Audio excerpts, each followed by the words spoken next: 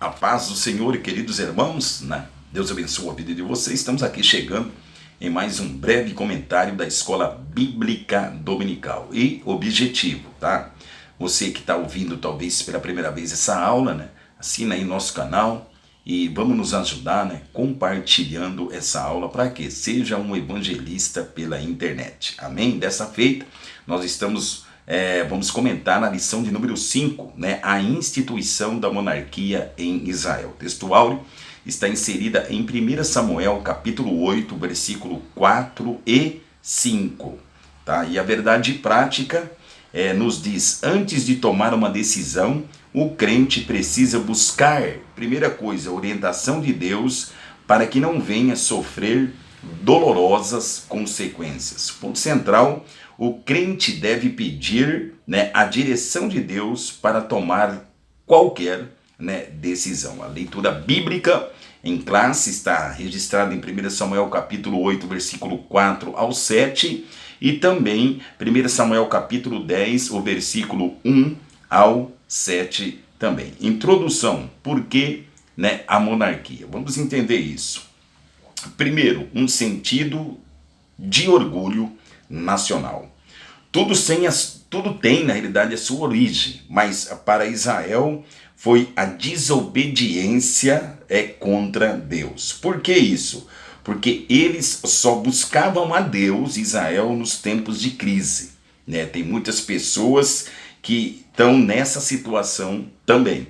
Ele só faz um propósito, ele só vai na igreja no tempo de crise, né? O tempo que Deus pesa a mão sobre muitas pessoas, aí a pessoa busca Deus. Muitos, né, esquecem de Deus a vida inteira e vai lembrar de Deus só num hospital, numa catástrofe que pode acontecer, aí a pessoa lembra de Deus. Israel não era diferente. Israel, quando nós analisamos ali o livro de Juízes, estava bem, afastava de Deus. Aí Deus levantava as outras nações, né, para afligir Israel. Para quê?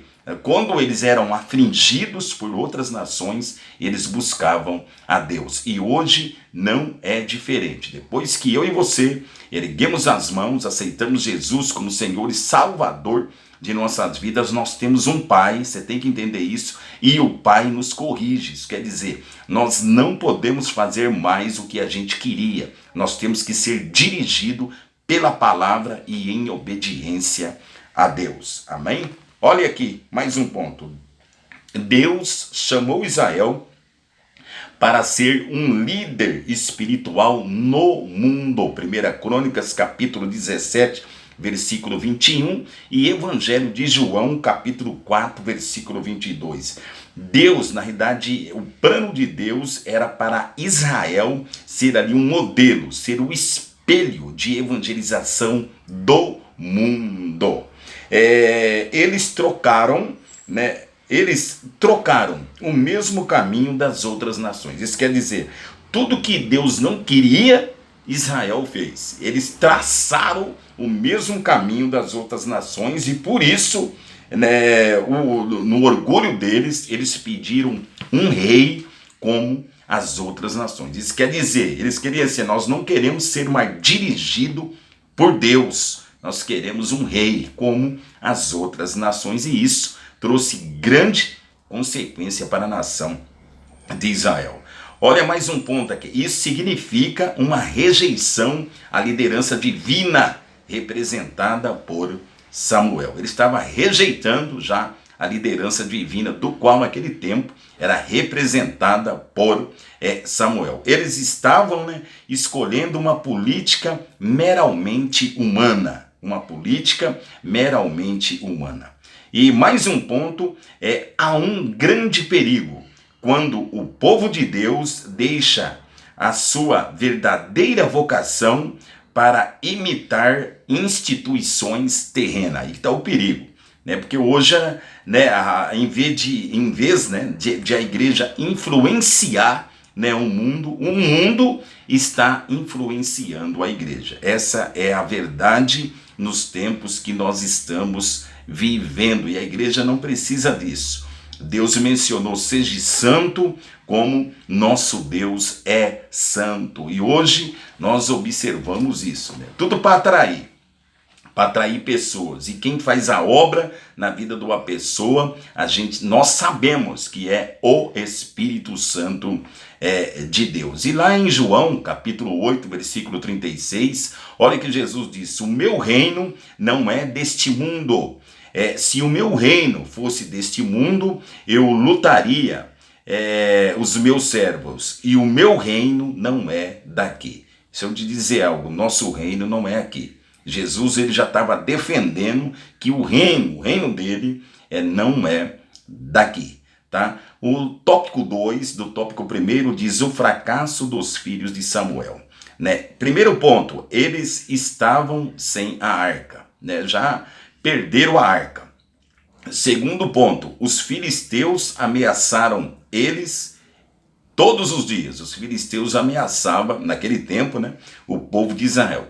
E para completar isso aí, os filhos de Samuel, né, a gente observa Samuel velho, e os filhos deles não andavam pelo caminho reto. Tudo isso, né, o povo observou. Samuel era um líder fiel, sincero, verdadeiro, foi duro dele ouvir, né, mas sabia que falavam a verdade. Então, tem muitas coisas que é duro a gente ouvir, né? Mas se a pessoa está falando a verdade, a gente tem que recuar na realidade e analisar, né? Porque a verdade, ela vai prevalecer. Então Samuel, ali como líder, ele teve que ouvir isso e analisar, né, a vida dele. Não há nenhum problema, né, com um filho na idade substituir o pai no ministério. Isso não tem problema nenhum, né? Entretanto, preste atenção que isso não pode ser por amor paterno, que o que nós observamos em algumas situações, amor paterno não pode. O que pode o filho substituir o pai ministerialmente é se ele verdadeiramente tem uma vocação e tem o chamado de Deus, tá? Louvado é o nome do Senhor. Olha o número 3, né? O número 3, o subtópico 3, é rejeitando os planos de Deus. Vamos analisar isso. Primeiro, escolher a monarquia naquele momento era rejeitar, né, o propósito divino naquele momento, tá? Deus é onisciente, então Deus ele já sabia que esse momento iria chegar. Assim, no tempo certo, né, o próprio Deus dava um rei com as qualidades necessárias para isso. Quer dizer, isso não pegou Deus de surpresa. Na realidade, a monarquia iria acontecer, mas Deus queria dar um rei, né, conforme, né, os projetos de Deus. Mas não aconteceu isso, porque houve uma precipitação e eles escolheram, na realidade, Saul, nós vamos ver isso, pela aparência humana. Aí que está o problema, né? Você escolher, analisar, julgar uma pessoa pela aparência externa. E Deus, nós sabemos que o nosso Deus, ele não olha o externo. O nosso Deus, ele observa o interno. Tá? Então tem muitas pessoas que você pensa que mas não é. Tem muitas pessoas na idade que você pensa que é ovelha, mas é lobo. Tá? Analisa isso aí. Nós não podemos perder a perspectiva de que Deus que dá os seus líderes, né, para a igreja. É Deus que dá. Isso aí é tão verdade, está registrado lá em Mateus 9:38, Lucas 10:2, é Deus que dá, né, os líderes para a igreja. De tempo em tempo, todo o tempo da história, Deus levantou, está levantando e vai levantar líder para a sua igreja. E tem mais um segredo, hein? Quando Deus levanta o líder, a unção de Deus está sobre a liderança. O que você tem que fazer? Obedecer à liderança. O que a Bíblia diz? Obedecer é melhor do que sacrificar. Tá? Então muitos hoje, né, querem fazer a obra de Deus, mas sem estar debaixo de uma liderança, debaixo de uma obediência. Então se você é um desses, analisa e volta para a obediência. Não seja, né, rebelde. Vamos fazer uma síntese desse tópico primeiro, né? O sentimento do orgulho nacional. o fracasso dos filhos de Samuel, a rejeição do plano de Deus, contribuíram para quê? Para o estabelecimento da monarquia. Amém? Subtópico 2, Deus abençoa a sua vida, já estamos em aula, a escolha de Saul como rei. Vamos analisar isso aqui. Primeiro ponto, por que Saul? Né? Em 1 Samuel, percebemos que o foco do autor é Davi e não Saul, né? Mas ele tem que narrar, na realidade, a história de Saul, mas o foco, né, é Davi, tá? Assim, o narrador, o escritor aqui, que é um escritor até de 1 Samuel desconhecido. Saul foi ungido pela soberania, vontade de Deus, mas ele não correspondeu. Isso quer dizer que talvez, né, tem pessoas que começam bem e termina mal. Foi o caso aqui de Saul. Foi um rei falho, porque ele foi falho, egoísta e ciumento e não andava mais na direção de Deus. Isso quer dizer, ele queria fazer, ele queria ser livre, né? E como nós já mencionamos agora instante, né, nós temos que estar debaixo de uma obediência. Isso quer dizer, debaixo do guarda-chuva debaixo de uma obediência. E Saul não foi, ele não correspondeu, né, para esses requisitos, que é a prioridade, principalmente para a vida da liderança, né, da igreja. Amém? Analisamos que o propósito do autor é contrastá-lo com Davi, né? Esse é o propósito do autor. Um homem de oração e segundo, né, o coração de Deus. Amém? Subtópico 3, né? Deus abençoe a sua vida e eu espero que o Espírito Santo aí está nos ensinando, tá? Pega aí uma folhinha, nota, e que a tua mente, a nossa mente, né, seja aí abençoada pela a palavra de Deus. Amém? Subtópico 3, o rei que o povo escolheu. Aí vai dar problema, hein? Vamos dar uma analisada nisso aí. Número 1, uma escolha pautada na aparência. Mencionamos isso, né? Agora nós vamos analisar mais próximo isso aqui. Para o povo, presta atenção, Saul era um candidato que enchia, na realidade, os olhos. Para o povo, porque nós mencionamos, olhava para a aparência. Cuidado, esse é o maior cuidado que você tem que analisar na vida de uma pessoa. O que? A aparência. Porque tem um provérbio da língua portuguesa que diz: a aparência engana, tá? Tem pessoas que casam por aparência. Tem pessoas que mal conhece a pessoa, já coloca ele numa sociedade de uma empresa e depois vai analisar que não era nada disso que ele via na pessoa. Por que fez isso? Por aparência. O povo não via nada além, né, da aparência disso. Mas, né, quem sonda todas as coisas conhece o coração, né, de Saul. O povo, né, eles via Saul, né, nesse ponto de vista, mas Deus, no ponto de vista divino, não era ideal, né? Mas Deus o designou, tá? E eu tenho aqui um subsídio, não está aí na lição, né? Não esqueça que Deus estava vendo a vontade do povo.